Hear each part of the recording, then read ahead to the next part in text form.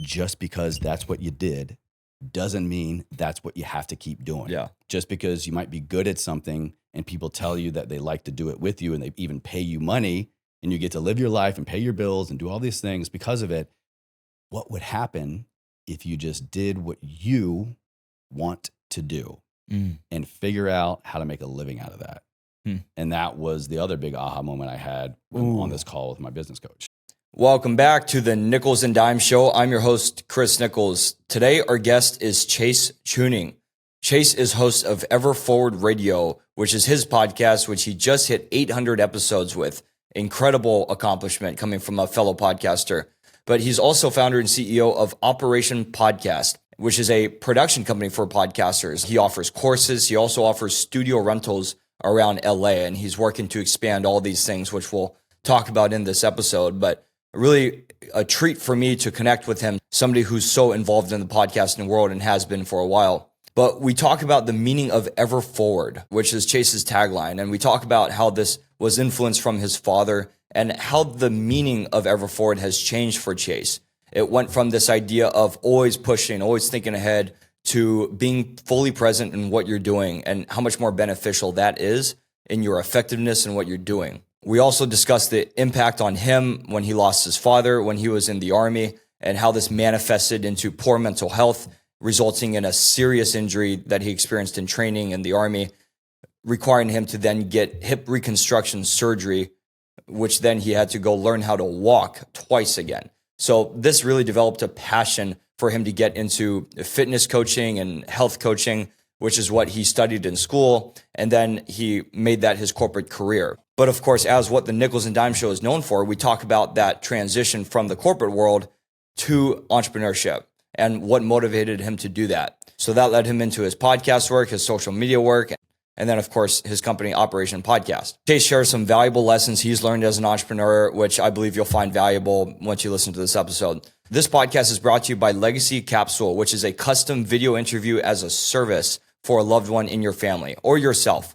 It's meant to serve as a time capsule for this point in your life, what you've accomplished so far, an intentional time to record and document what you've done so far, who you are, experiences you've had, whatever you want to share and cherish for your family or your friends forever. And this is something that will live for generations to come. Reach out to me, Chris Nichols, if you're interested in scheduling a legacy capsule, or schedule a time and reach out on the website. And now, please enjoy this episode with Chase Chewning. What's up, Chase? Chris, what's up, man? Pleasure to be here. Dude, thanks for having me, man. This is your studio as a part of Operation Podcast up here in Santa Monica. I love it, dude. Thank you. Come back in a couple of weeks. We're going to have another one for you across the hall. You're just making moves, man. That's what it's been sounding like. How many studios do you have total now in LA? When the new one opens, it will be the fourth. Okay. Yeah. Wow. Two entirely just Operation Podcasts, and then I have partnerships with two others. Wow. Nice. Cool, man. Well, you've got so much in your story that stood out to me. And your story when it comes to the business entrepreneurship side, what you've built, it's all podcasting related, right? And so that's obviously very relevant to me. I mean, I'm somebody who would be your ideal customer in this case, because I'm someone who's looking to offload all the editing work that I do.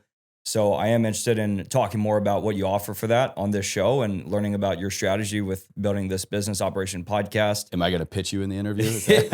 You are more than welcome to, man. I'll sneak it in somehow. Oh man, dude, that's happened a number of times. Every entrepreneur I've had, they somehow end up selling their stuff. And I said, you are welcome to plug it because this is an entrepreneurship podcast. There you go, man. There you go. Yeah, dude. But it's definitely been a thing for me. Recently, I started this business Legacy Capsule. It's a video podcast or interview as a service for a loved one in your family.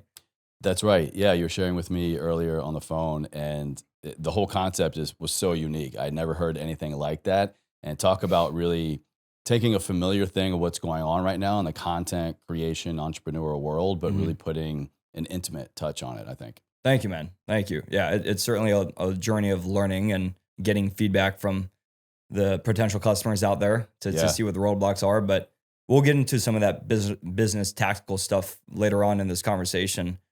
But I would like to start with just something that I thought was so powerful from your story, which is your podcast, Ever Forward Radio, right?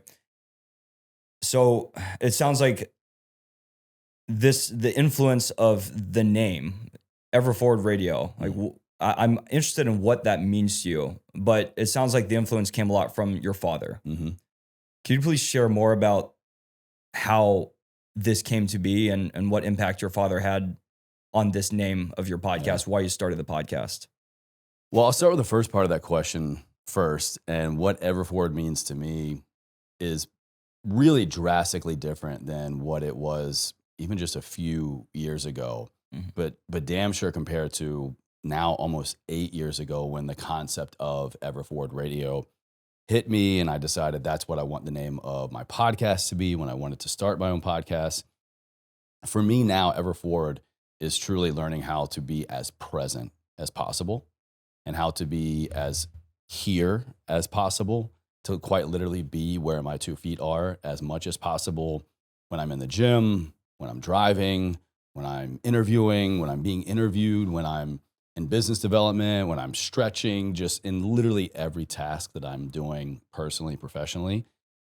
I found that not only does it help me truly connect on a deeper level to what I'm doing, I get way less frustrated because I'm not multitasking and I screw up something and it winds up taking me longer. But I do develop this level of presence and appreciation to the task at hand. And I mean, not only does it save my sanity and helps me kind of just keep an even keel across all tasks of all parts of my life and work, but it definitely helps me take the next right step forward.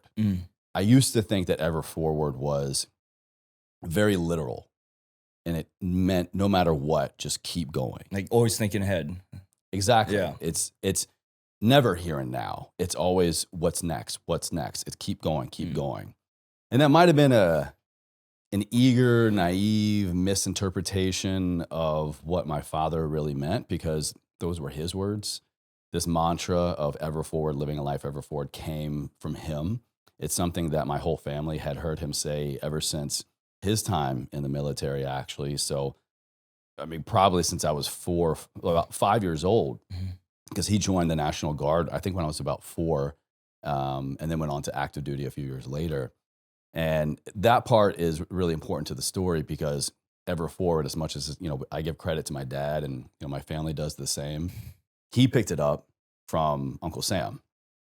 Every unit you're in, at least in the Army, we've got what's called a unit insignia.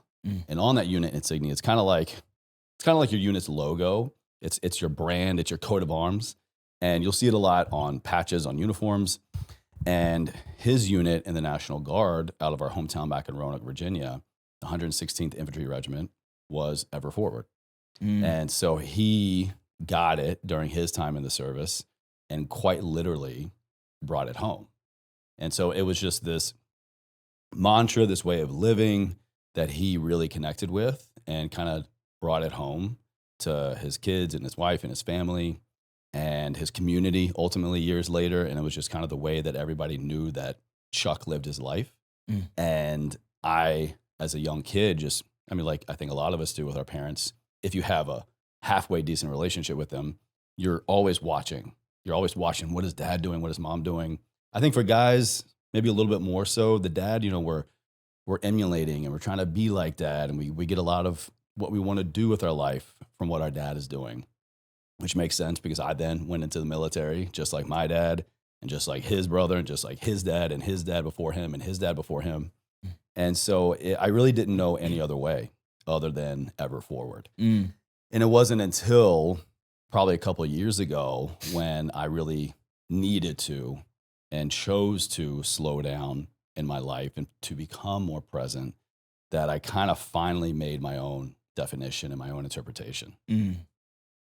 So you basically used the same term, but changed its meaning in your life, in your work. Absolutely. And that was something I even kind of struggled with, especially when you create something, you put it out in the world as a brand, as a logo, as this thing that you create content for and a business around. Tagline. Yeah. Literally. People know the work that you do as this thing. Right. And so I began to struggle even a little bit with is Ever Forward, like, do I still really want to do that? Does it mean the same thing to me now? And if it doesn't mean the same thing to me, does that mean that I want to keep creating and working Right. in that lane. And so I kind of just renegotiated with dad, I guess a little bit, renegotiated that interpretation and that meaning, and just decided that, no, I don't need to stop moving forward. I just now have a different understanding of how to move forward. Wow. So that's really the dilemma that I think a lot of people have, where if they experience some personal growth, then they think that they can't use the name of their business or the tagline they have that they've had because it meant something different to them. But what you're flipping the script and you're saying, actually, no, I'm keeping this name. I'm changing its meaning because I've grown. Exactly. Yeah. Right. And this term ever forward is reflective of me and my journey. Right. Absolutely. Yeah. And I think, and especially, we have some similar friends, some familiar friends. Sure. And I think a lot of people struggle with that now, that started off, especially in like the fitness and nutrition kind of social media, YouTube bubble, maybe I guess like 10 years ago, about 10 years ago now. So many people that we know that got their start in that. I was one of them. I started in social media as a fitness and men's lifestyle vlogger. And you get so married before you even kind of had the brand, you got so married to that type of content and identity. There's so much identity wrapped in what you do and put out into the world, whether you realize it or not. And I think that's where a lot of people, myself included, in the entrepreneur space struggle too long. It's because you're staying too latched onto an identity just because that's what people know you for. Well, that's the thing that you started. Right. For example, I no longer vlog about my workouts or full day of eating or my nutrition plan or whatever, but taking care of my body, taking care of what, how I choose to work out and the things that I eat and just my healthy habits, it's all still very much a part of me and my life and my day to day. It just no longer has to be everything. And I see that as a big theme in a lot of people that kind of got a similar start. Now, some definitely have just stayed married to the game and have just gone really tried and true, still kind of that similar identity. Some variances, of course, but that was a big part of what I had to grieve. And I had to learn how to let go, because there was this pull on me going the other way of, hey, I kind of think I'm feeling like I want to do more of this kind of stuff, or I'm just feeling not as passionate about this passionate project that I was doing for years. And that's where I definitely struggled and hit so many walls and so much burnout and just so much resistance to trying to keep something alive that I didn't really, in my heart of hearts, want to keep alive. I needed to pivot. I needed to renegotiate my own brand. I needed to reevaluate my life and how I wanted to live my life and what truly mattered to me and my markers for success. And it's hard to do that, especially once you've done something for so long. Right. You said something earlier that caught my attention, which is back to the ever forward part. And I think this is a part of what you just described, but being present in this moment so that you can get to that next thing with the best transition, I guess, instead of always thinking ahead or always worrying about the next thing. How do you do that if you don't like the current task at hand? I think it's easy to fall into enjoyment of what you're doing if you like what you're doing in the moment. But there's a lot of shit we don't like that we might not like that we still have to do, no matter how in love with your job you are. Yeah. That's a really, really personal aspect of the entrepreneur journey, of just the personal life journey. I think there's a lot of people that might still be stuck in that mentality of nobody likes their job, nobody loves their job. It's just a job. I got to go clock in somewhere, whether that's even for myself. I have to wake up. I got to somehow work. I got to give energy, give skills, give experience, give ideas to hopefully make enough money to put a roof over my head, food in my belly, provide for my family if that's what you have. And, maybe even get something extra to once, maybe twice a year, maybe every couple of years, have a vacation, get that downtime. Yeah. Just work. It's been this thing of like, why do we have to keep accepting that? Why do we have to keep accepting that this is the way it has always been. Therefore, it's the way that it must always be. And it is even more tricky and a harder concept to grasp when it is your own thing. Mm-hmm. I mean, and I've been there, not even that long ago. I kind of go through cycles. And I'm very much in love with what I do and how I do it now in terms of my business. But I mean, man, there are days when you just wake up and I'm like, I have to just go make the donuts again. If anybody gets that old Dunkin' Donuts reference, I've got to just go turn the wheel. I got to push the button. And now I definitely catch myself more going, yeah, but you chose this. So I more quickly disconnect from that friction. I more quickly disconnect from that resistance and complaining. One cue I have for me that has helped me immensely and is really, I think, a great tip for anybody is anytime, if you can get into the practice of becoming more aware of when you're complaining about anything and just really kind of sit with that and analyze it. And what am I complaining about? Why am I complaining? It really, really, at least for me, really helps me shift out of that negative, very slippery negative mindset, because that is a very, very dangerous slope to go down. Because if it is your own thing, it's not going to take long for you to continue down that path and just one day wake up and truly hate what you do. It's no longer an annoyance. It's no longer just, then it turns into you want to burn it all down. Right. And I've been there. You don't want to do anything. You have to just falsely motivate your own self to run your own business. And you're just struggling to even really think about why. Because wait a minute, I started this. I wanted to do it. This was my passion project. Why do I not want to show up today? Why do I come up with any excuse to not do the work? Why do I hate my clients? Why do I hate my job?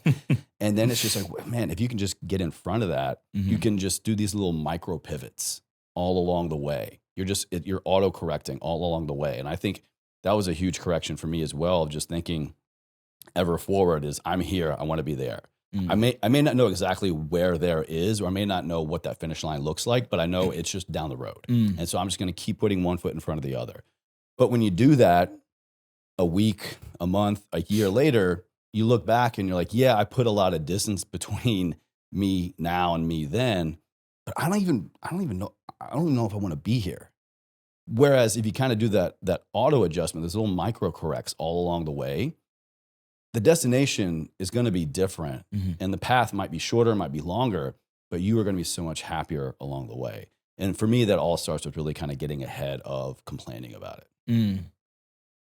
Man, that's good, dude.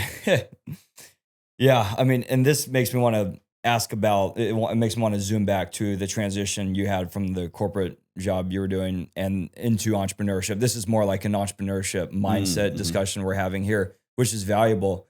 But I think before we continue down that path, we should get more context about you and your career and your life story.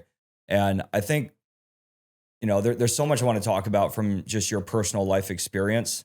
But since we're on this topic and to just keep it consistent on this, let's start with your career before you became an entrepreneur.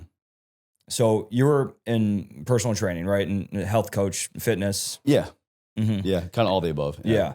And you studied that at both schools you went to, to VCU, right? And American? Undergrad for VCU and then master's at American University. Yeah. Nice. Yeah. So you were set on taking this route, it sounds like. Yeah, I guess so. Yeah, or at least that's what I thought. That's what I thought that I had to do. And I thought those were the steps necessary to go down the path that I thought I wanted. Why did you think that?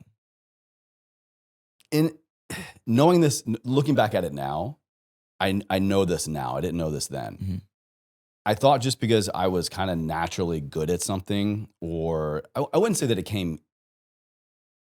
I mean, it kind of came easy to me. I can't lie. I was never really a great student in high school, but once I went through the military, going to college was incredibly easy for me. Oh, okay. So you were in the military before college? I was, yeah. I did 6 years active duty right after high school. I was from 17 to about 24. I was active duty Army.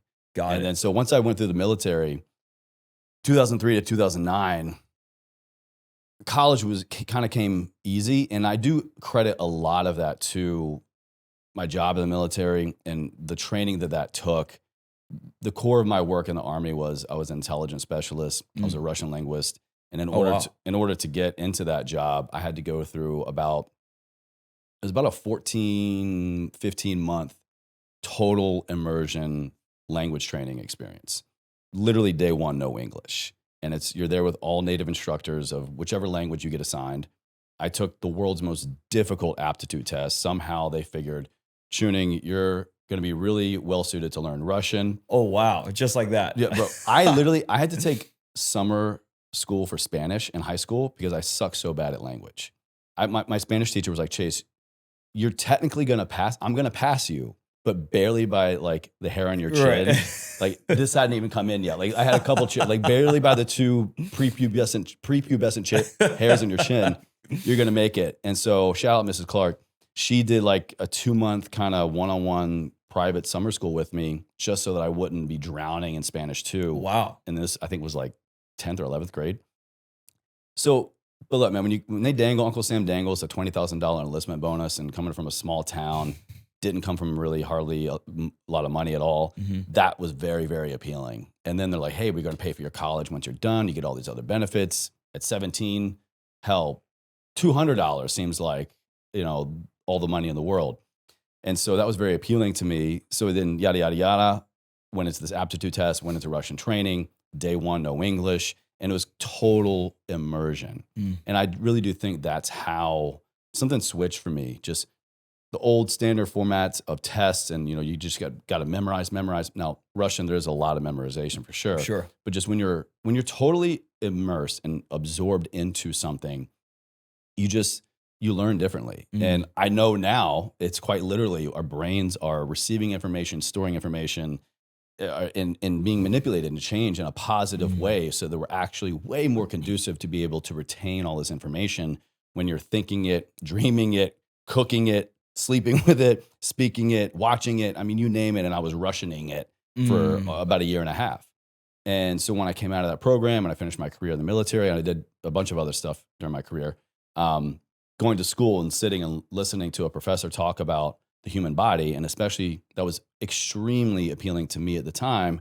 I had this strong personal interest because I was still on a cane when I started undergrad. I went through a pretty gnarly injury, got medically discharged, and I just decided to really take a lot of my rehabilitation into my own hands. I see. And so I was like, I'm going to go learn. So there is a level, I think, of why it stuck so well for me and why I pursued it for so long is because I had a huge personal interest in it.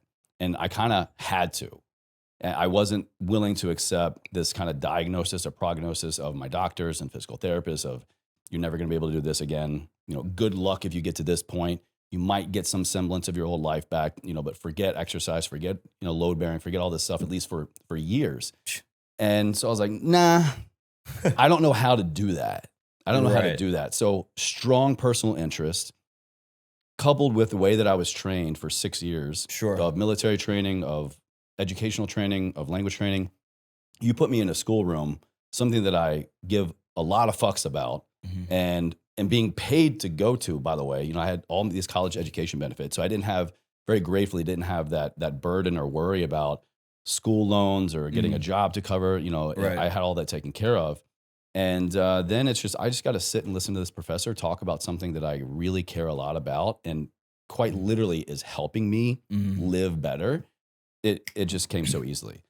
Yeah, I bought maybe a couple books. Any book that wasn't mandatory or the teacher wasn't checking, I never bought books. I would just sit in class. I would listen, barely maybe take a couple notes about some things, except for exercise physiology. I'll never forget Professor Evans.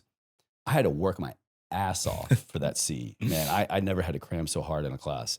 But so then it was like, okay, I really enjoyed it. I began to help out some other people. I physically got a lot better. I was getting off my cane. I was moving up in rehabilitation. I began to get connected in an internship that turned into my first job. And then I realized I really like to do this as a job. So maybe this is my next thing. Maybe this is what I'll be when I grow up now, next job. And then, I realized once I was in that world and I got the next job, in the corporate world, in order to level up, you need higher education. You need more credentials, more certifications. You need more time in service. All that kind of made sense to me, again, coming from the military. In order to get promoted, you got to do these trainings, hit a couple deployments. You got to do all these other things, get these notches on your belt, go to promotion boards. So I knew how to do the work. Doing the work was no stranger to me. It's just give me a plan, give me the orders, and I'll do it. And so did the undergrad, got the job, figured out if I wanted to level up, I wanted to make more money. I was getting very serious with my now wife. She's Persian.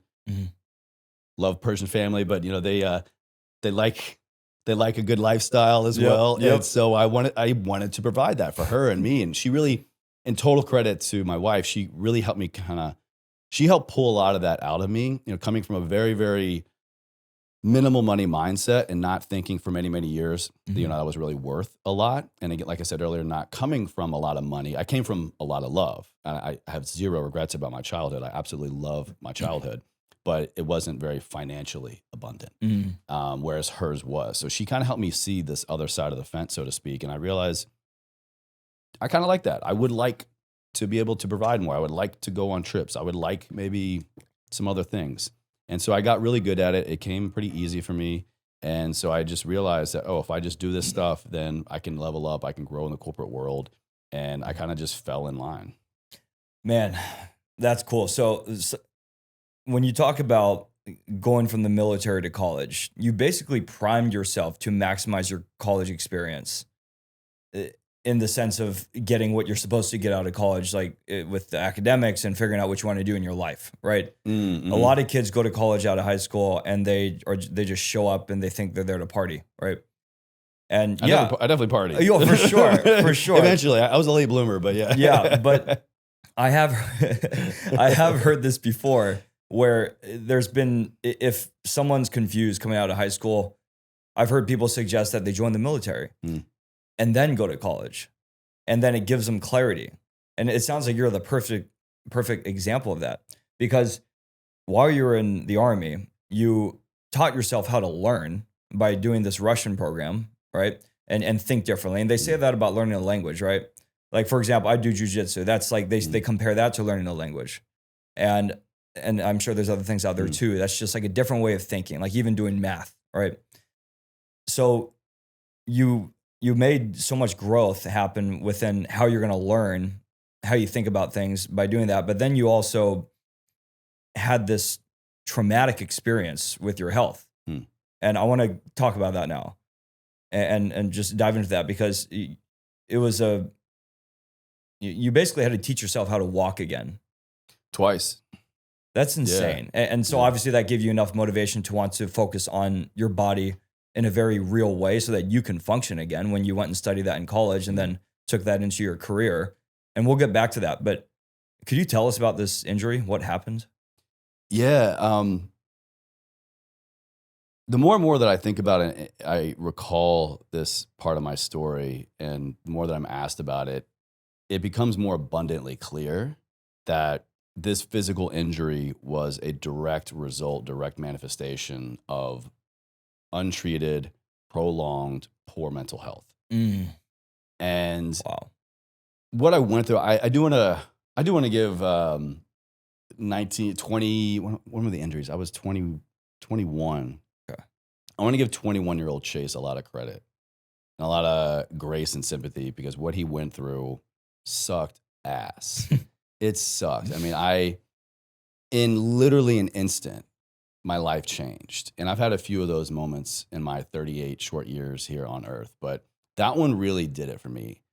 In an instant, my life changed. And it was a direct result of me trying to put myself on a path to even more potential physical harm, because I was running away from just immense grief and immense pain and trauma of the death of my father. And the physical aspect was me leading an ambush with my squad over this hill. And it had maybe like 3-4 days out, and running on a few hours of sleep. We're in what's called full battle rattle. I'm in all my body armor. I got my M16, my gas mask, my rucksack. I mean, we're running about 80 pounds of stuff. What country were you in? So this was a pre-deployment training, war game, Afghanistan. And it was this training, and then I would go on to a National Training Center command for about like a month or so before going to Afghanistan. And I was in pursuit of volunteering for every deployment that I could. Because like I shared earlier, I was a Russian intelligence specialist. And what I did that about 2-ish years, part of my total 6 years career. And that was all like behind the scenes stuff. It's kind of like in the movies, the buildings with no windows, and you're going through a lot of information, variety of information collected in various ways, and you're then passing it over to the powers that be in country, in theater. I also worked direct support for a lot of intelligence missions, South America, Central America, running human trafficking, sex trafficking, and just really hearing and witnessing just the true evil of the world. If you can imagine the type of person that would make it their life mission to capture women and children and to just do God knows what with them, and just treat them as commodities. And so I was in such a poor headspace and poor heart space about what to do and how to just heal and get over the death of my father, who went through a really gruesome 18-month diagnosis with ALS, Lou Gehrig's disease. And he was my everything. He was my hero. He was my dad. He was the reason that I ultimately decided to join the military. Kind of just, I loved the way that he talked about his career in the military, and it's just something that made sense to me to kind of follow in my father's footsteps. So you decided to join after he died? No, he was still alive, okay. But actually during my basic combat training, he got the diagnosis. And so he passed away about 1.5 years into my military career. And so for the next year or so, I shoved it all down. Just work, go. Let me try to get promoted. Let me try to make myself as appealing as possible to go on these deployments. And I was volunteering. I was looking for any option that I could, because the concept of me coming home in a box wrapped in an American flag, just like they buried my dad, was more appealing than continuing on dealing with this pain. Wow. And so I was never suicidal. I want to make that very clear. I was never like thinking about taking my own life or actively putting myself in harm's way. But, money comes up a lot in my story. Like I said, kind of coming from not a lot and having gone through a lot of money mindset shifts. I'll never forget this moment, another moment that changed besides that injury moment, which I don't think I clarified, by the way. So in the injury, leading this ambush in the war game, I went up and over this berm, this hill. And it's just one of those just freak things where all the conditions are stacked against you. You move the wrong way, the wrong speed, wrong everything. And I went up, and as fast as I went up, I remember I was down as fast as that happened. And I blacked out. I heard and felt this loud pop. I remember grabbing my back and my leg, and I went down. Next thing I know, I'm coming to, and the medic is there over top of me, and everybody's trying to like, Chewning, what happened? I thought I got shot. I didn't know we were doing live fire. I was pissed. I was yelling. Oh my God. I thought, I didn't know this was a live fire training. I'm over here fucking shooting blanks. Like, who shot me? And that's what it felt like. And again, I heard and felt this pop. What had happened was I tore my hamstring. And so if you ever had that happen, it's really audible and really painful. And also in that kind of just quick movement, I had a lot of, I guess torsion's kind of the right word. Just my L4 and L5, my lower back kind of went one way, and the rest of my spine decided to try to go to the other way. Oh my God. And so it was just all this immediate trauma and shit that happened to me. And so I get medevaced out. I get pulled off of that training. So there goes any opportunity I had to, immediately deploy, try to rehabilitate. Definitely don't listen to the doctors or physical therapists. I wound up jacking my shit up again. I try to go on this just extra long training ruck march. It was I think it hit me about mile 8, and my hips just blew. Jeez. And so what had happened was my femurs, because of so much overcompensation I was going through, coupled with, it turns out, I guess there was some degenerative issues with my bones at the time, that they're like, yeah, we got to pull you out completely. And so not only are you not going to be on this volunteer list for any deployment, but we got to pull you out of your mission, out of your job, off base, transfer you bases, go over to this medical hold unit and reconstruct your hips, basically.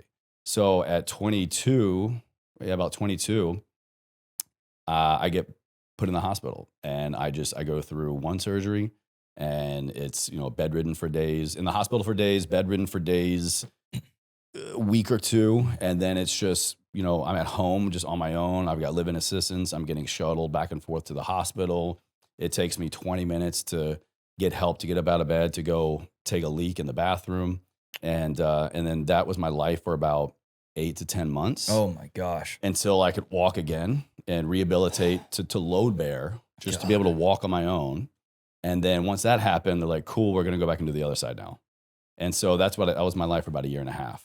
And so that was the physicality, and that was the suck that I went through. And it really, really did suck, because in an instant, my plans changed. I was no longer going to be able to deploy. I was no longer deemed deployable, which meant I was getting medically discharged. So there goes my original idea of serving 20 years and retiring. But all that happened, all that physicality happened because I was on a mission, really, of an unclear headspace and an unclear heart to, maybe not come home one day. And this other moment that was as radical as that physical injury moment was, in preparation for all of this, you go through like life updates, and they were confirming with my life insurance, like, hey, should you go down this path, anything happen to you, who do you want your life insurance money to go to? Also, by the way, we just upped it. We doubled it. In fact, it is now $400,000. And so 20-year-old Chase, 20-year-old Chase heard, your life is worth $400,000. And at that moment, it confirmed for me that, yes, I absolutely want to go down this path to put myself in harm's way, because that would make life so much easier for me. I don't have to deal with all this pain and heartache, and my family's going to be taken care of. My dad's not there. The primary caretaker's not there. My grandmother was just moving in with my stepmom. My sister was going through just this wild time in high school in her life, and all these unique family dynamics. And I just kept thinking, who's going to provide for them? What's going on? And so once she told me that, hey, you were worth $400,000, this light bulb moment went off, and it just solidified me trying to make that happen. Wow. We'll say. So the physical stuff sucked, and that was a big part of my story, but it really only happened because of really poor, for too long, mental health state. Oh, man. It's a lot to take in. Yeah. Yeah. And every time I tell that story, I'm kind of reliving it and re-examining it in new ways. And, I'm a different person, and hopefully I'm a growing person every day. And I kind of renegotiate and redevelop a relationship to those points in my life. And, 19-year-old Chase, 20-year-old Chase, up to 23, 24 when I finally left, and again, like the concept earlier in our entrepreneur journey, or just our professional journey, there is so much identity that we have wrapped up in what we are doing, and the struggles we have to pivot from that to maybe do anything different. Because, I mean, man, like I kind of knew it, but once they told me after my rehabilitation, and they're like, yeah, you're not gonna be able to do all these things. You can't meet the basic soldier requirements. You can't meet the deployment requirements. They're saying, hey, you chose to serve. You chose to give us your life and to commit to your country, to do all these things, whatever. And you know what? No, you're no longer good enough. Man, dude. Now what? Yeah. Now what? So at 24, signed out of base for the last time. And I had this other really clear memory of just looking in my rearview mirror, leaving base, driving my SUV with my cane in the back seat and my wheelchair, because I still needed that from time to time, strapped to the roof. And I'm like, what the fuck? What do I do now? I guess I'll just go home. I give and give and give, and you pour your life into this thing, and you commit. And especially at the military level, I mean, it does really, I think, for a lot of people, consume you, because you don't know what else to be or how else to be. And you also have this debatable, incredible support system. You've got brothers and sisters to the left and right of you. You've got a roof over your head, food in your belly. You've got places you can go for everything, anything and everything you need. There is a support system for. And then I cross over this gate, and all of a sudden that's gone. Yeah. It's all gone. And now I got to figure out, all right, now what? Man. Wow. Well, when you talk about the mindset that you were in, and after you lost your father, and how that led to you getting injured, I think that's a big point you make. that a lot of people overlook. The mind to body connection is so huge. And if you aren't clear up here, something bad's going to happen to you, even if it doesn't make sense. Right. You're not clear in here too. Right. The head and the heart both need to have clarity. They're not always going to agree with each other, and you're not always going to, go with one over the other. They need a time and a place. But yeah, I mean, in my opinion, not to like disagree with you, but in my opinion, at that point in my life, my head was very clear. I had direction, I had orders, I had a place to go, I knew what I was doing, but it was for reasons, I want to say wrong reasons, but they were for reasons that really didn't serve me. Leading with the head is really many times leading with the ego and leading with the self, and is very disconnected from what is really meant for us and what we really want. But when we don't have that connection to the heart, we don't have that ability to sit with emotion and feelings, good, bad, or ugly, and learn from them to help guide the next choice and help influence the brain to give it kind of the prompts and the intention to take action. Yeah. I mean, you're going to be spinning your wheels and be making a lot of mistakes, and maybe just spending some unnecessary time. Yeah, I mean, I think I just recently experienced an injury in my neck, like a damaged nerve, and it's not like what you went through, obviously, but it's still a pain in the neck. Yeah, but it's awful. I couldn't lift my arm, for a few days, and shit, man. Yeah, so but I had been going through this. I guess I wasn't right inside for a few weeks leading up to that. I was getting easily frustrated with certain things I was working on. I was just forcing things, right? And then it manifested into that.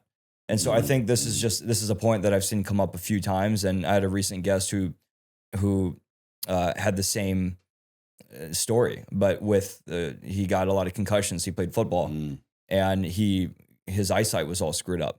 But then he went to this retreat over the weekend, did this leadership program, and completely cleared up his mindset and all the inside stuff, right? And he came back and the doctor said, what happened?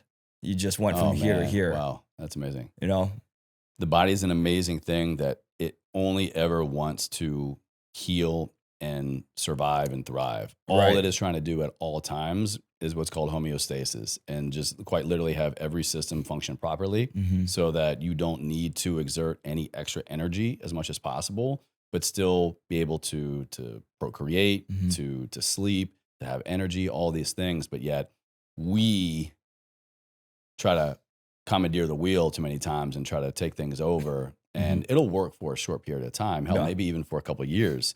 But I promise you it will catch up in the form of, in my experience, but like many others, unexplained headaches, migraines, inflammation, chronic injury, lack of ability to recover in a sufficient time from injuries, poor body composition, or despite your best efforts, you can't maintain a certain body composition.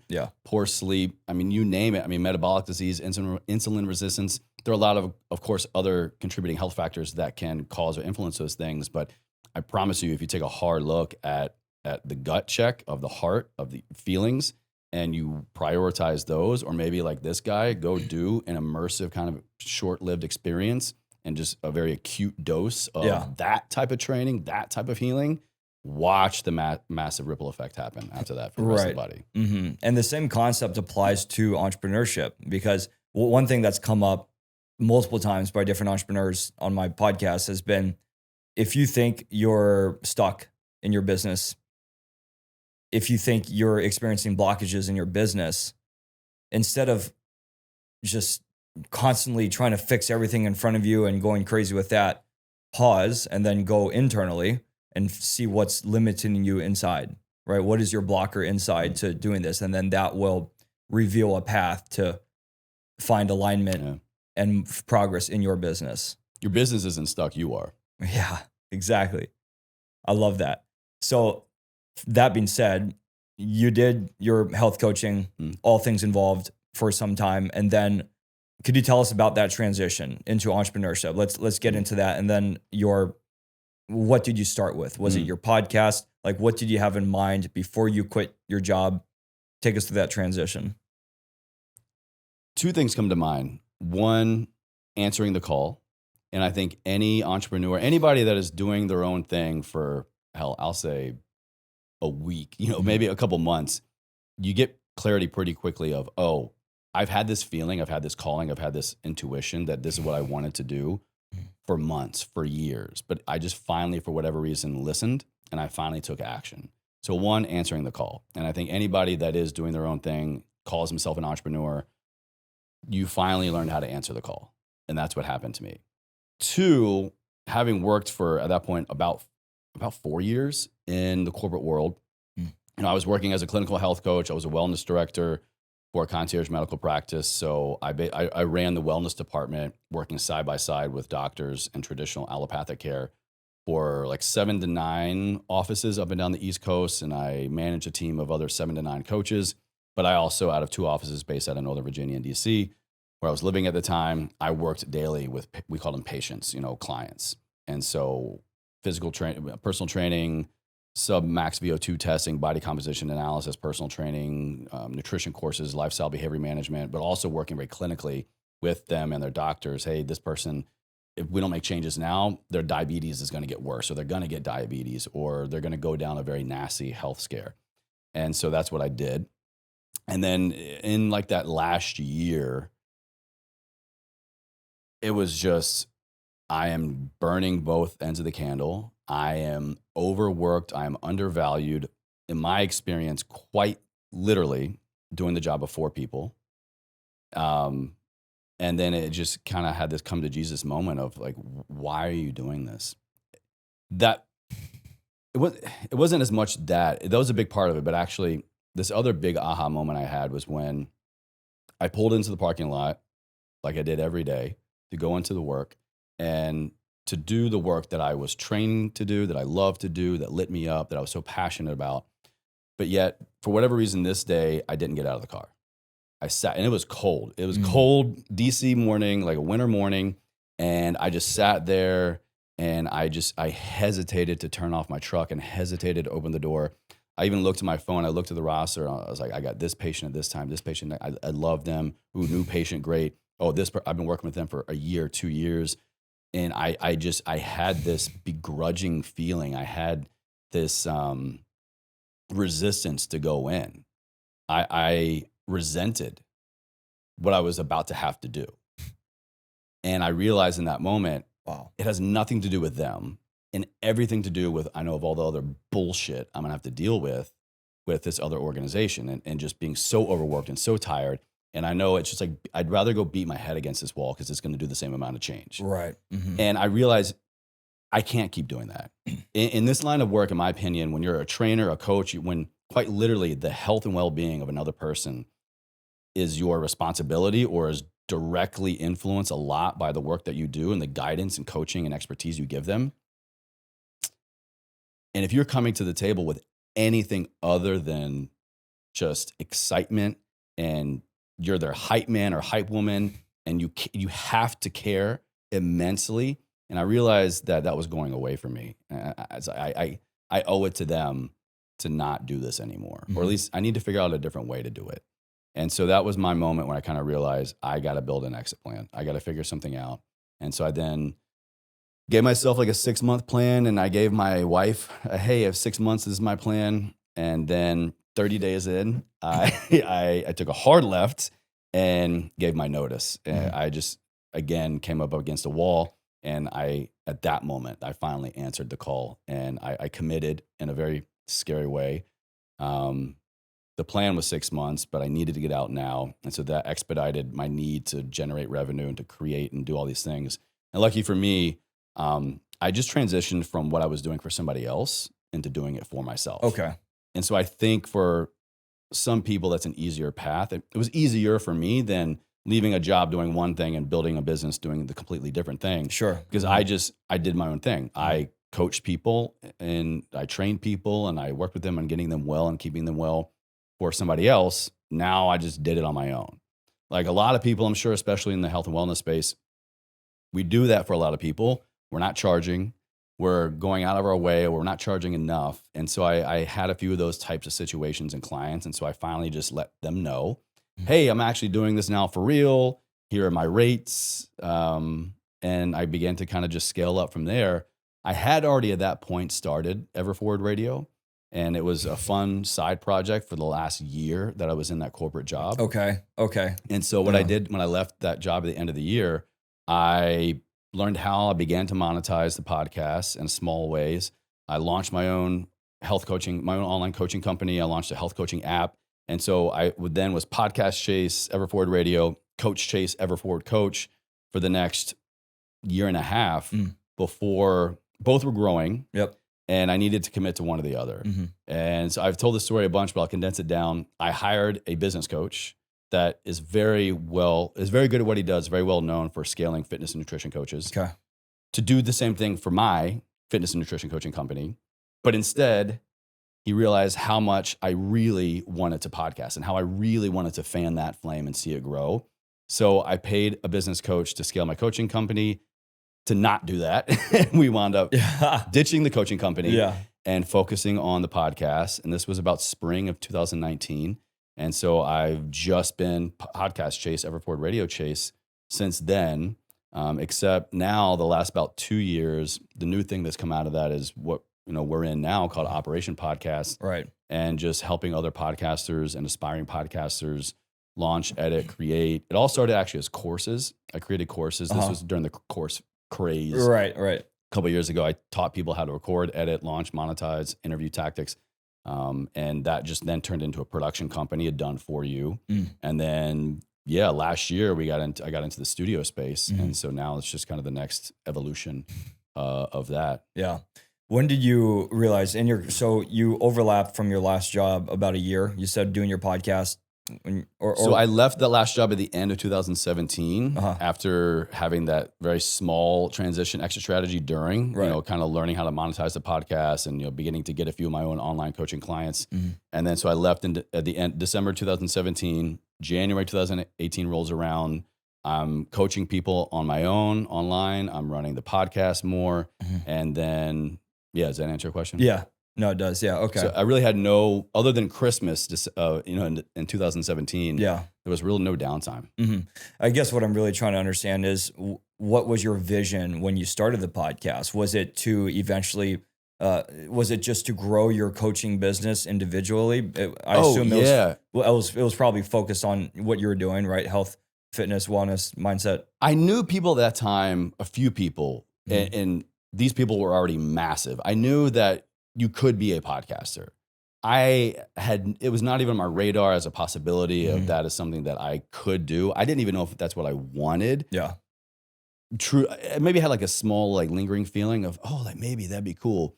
But again, identity, I had it all wrapped in, I'm Coach Chase. I'm Health Coach Chase.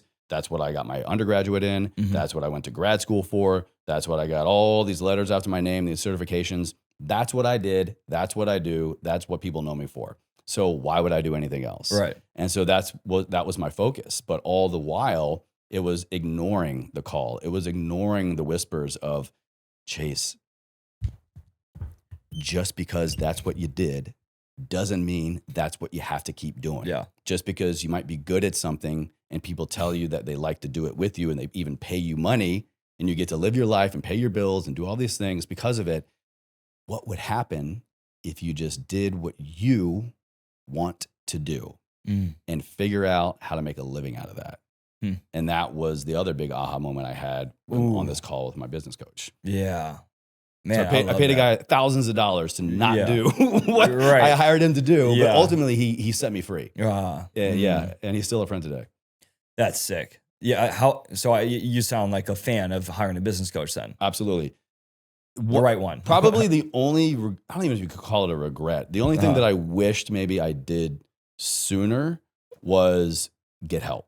Right. Hire or in any capacity, put myself in the presence, in the ecosystem, whether that's in person, online. And I did in many ways through books and podcasts, but invest in myself. And again, there's a lot of money mindset and identity around, I can't afford it. I'm not worth it. Is this going to pay off? What's the ROI? Which everybody has to evaluate, especially when doing your own business. Sure. But yeah, I if I had done that sooner, I mean, who knows? I say everything, you're exactly where you're supposed to be. And for a long time, I was not in the right rooms to make that happen sooner. But for whatever reason, I was in the right headspace and heart space to make that decision. But I was far enough along in my journey of wanting to do the podcast that it all kind of culminated at the right time. And so, yeah, I mean, still in any capacity, I wish that I would have hired sooner. I would have gotten a mentor, a coach, gone to a seminar. And I really think that, I mean, who knows what really would have happened if anything differently. Right. But if any takeaway here, I think a great piece of advice is if you have any shred of clarity around not even what you want to do, but what lights you up. Because if you can fan that flame and continue to educate yourself more and around what I like to do, why I like to do it, and just everybody knows what you like to do. It's that gut feeling of what you get most excited, what you wake up thinking about, what you go to bed thinking about. Yeah. And if you can find a way to invest in that and choose to define invest however, if you can invest in that, you're going to be a lot happier with what you do and how you do it.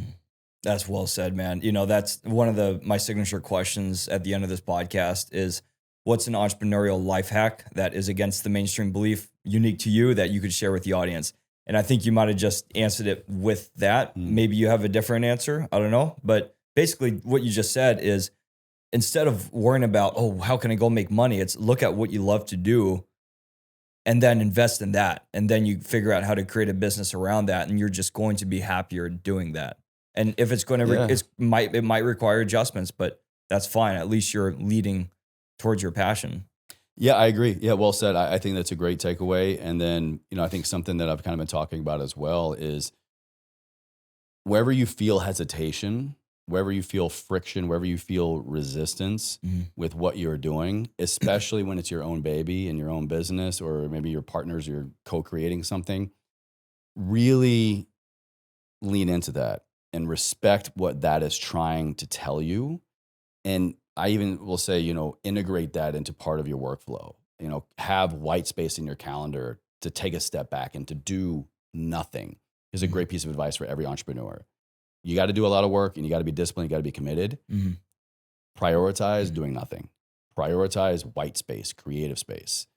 Everybody needs to go read the book or listen to the audiobook, The Creative Act by Rick Rubin. Okay. You be more familiar with what your creativity, your gut, your heart is telling you. Learn how to listen to that.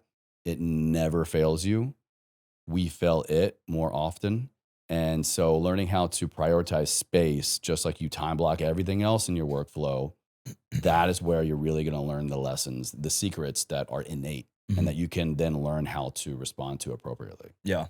Well said. Man, so we really spent a lot of this podcast talking about your personal journey. I'm fine with that. I think you have amazing. Man, this guy talked a lot about himself. No. I kind of have. I'm just out here living, man. I'm just trying to do my thing. I love it. No, that was my intention for this podcast, because I think your personal moments, like that you went through, like the injury, your father, the army, the transition into how you learned, the mindset, that is all what brought you to where you are today. And what you've done with your podcast, and then now you have Operation Podcast, right? Which is production services, courses, the studios, and you have different packages that you've created. Anyone can go find that stuff online. Thank you. Yeah, no, I love it. And I'm just curious, what is your next big goal right now? So I'm working on expansion in some very, very exciting and intimidating ways. And intimidating in the sense of, like, I think anybody, as you continue to scale and grow in your entrepreneur journey, of like, is this the next thing? Is this the right next step? Can I afford to do this? Is this what the market is gonna need and want? But also, just with scale and growth come a lot of new learning curves. I mean, this morning I've spent a lot of time talking to CPAs and accountants and lawyers, and just learning, taking all of the mistakes that I made before of, again, a lot of money mindset stuff of just, oh, I'll figure it out, or, oh, I need to just do this and the money will come, is being more proactive with that scale and that growth, of making sure taxes are squared away, finances squared away, cash flow squared away. I'm looking at growing and expanding the studio options into another state and actually another continent. So, wow. Yeah. yeah, I'm still in early discussions with what that looks like, but I've had very serious conversations thus far with some very interested people that want to bring this type of content creation and just, I mean, honestly, my story, because the big part of what I have found that brings a lot of people into Operation Podcast is me, which is a whole other dilemma in the entrepreneur journey is, you know, you really got to figure out how to remove yourself from the system or you don't really have a system. It's a big lesson. Yeah. Exactly. But, you know, people do look at what I do with Everforward Radio and what I have done over the last 7 years with it.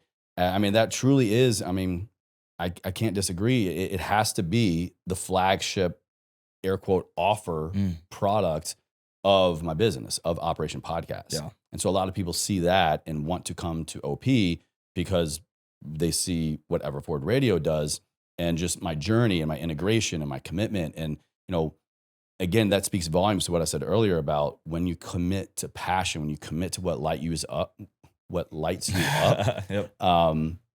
that is going to be your biggest ticket. That is going to be your easiest calling card. And that is going to be what people just naturally tend to flock to you for. And so if you stay committed to passion and learn how to just flagship that in your business, I mean, that's the greatest marketing, the greatest advertising, the greatest sales anybody could ever do for you. And so now I'm just kind of balancing that out of making sure I recognize this is going to be a huge next step in terms of scale and growth. And it's scary. And, you know, taking the last several years of everything I've done and basically just rolling it into the next thing. But I'm also really, I think for the first time in 7 years of being an entrepreneur, greeting that head on.